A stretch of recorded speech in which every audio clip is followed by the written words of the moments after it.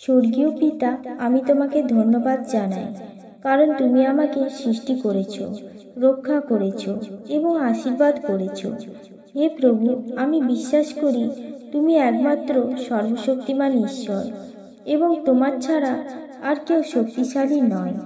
হে প্রভু যিশু, তোমার অমূল্য রক্ত আমার জীবনে ঢেলে দাও। আমার পরিবার, আমার ঘর, আমার কাজ, আমার শরীর ও আত্মা তোমার রক্ত দিয়ে সুরক্ষিত হোক। যেন কোনো কালা জাদু বা অশুভ শক্তি আমার জীবনে প্রবেশ করতে না পারে। আমি যিশুর নামে ঘোষণা করছি, যে কোনো ব্ল্যাক ম্যাজিক, যে কোনো টোনা টোটকা, যে কোনো জাদু বা অভিশাপ এখনই ভেঙে যাক। হে প্রভু, অশুভ শক্তির প্রতিটি বন্ধন তুমি ছিন্ন করো। তোমার বাক্যে লেখা আছে প্রভু, যে কোনো অস্ত্র যা তোমার বিরুদ্ধে তৈরি হবে তা সফল হবে না। প্রভু আমার আলো এবং আমার রক্ষা, আমি কাকে ভয় করব? এবং এও লেখা আছে প্রভু, যে পুত্র আমাকে মুক্ত করেছে, আমি সত্যিই মুক্ত। হে প্রভু, আমার পরিবারকে তোমার হাতে সমর্পণ করছি, যেন কোনো দুষ্টচক্র, জাদু বা কুদৃষ্টি তাদের স্পর্শ করতে না পারে। তোমার স্বর্গীয় দূতগণ আমাদের চারপাশে পাহারা দিক। হে প্রভু, যদি কোনো কালা জাদু আমার মনে ভয়, দুশ্চিন্তা বা অস্থিরতা এনেছে, তবে এখনই যিশুর নামে তা দূর হয়ে যাক।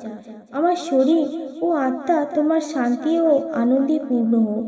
যারা আমার বিরুদ্ধে ব্ল্যাক ম্যাজিক করেছে, তাদেরকে আমি যিশুর নামে ক্ষমা করি, কিন্তু তাদের প্রতিটি কাজ ব্যর্থ হোক।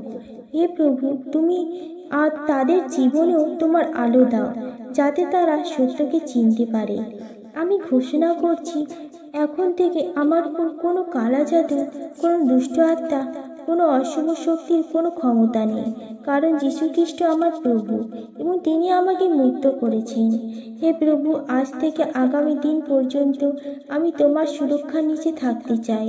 আমার রোজগার, আমার পড়াশোনা, আমার কাজ, আমার স্বাস্থ্য সব কিছু তোমার রক্তে সুরক্ষিত থাকুক। ধন্যবাদ প্রভু, কারণ তুমি আমার প্রার্থনা শুনেছ।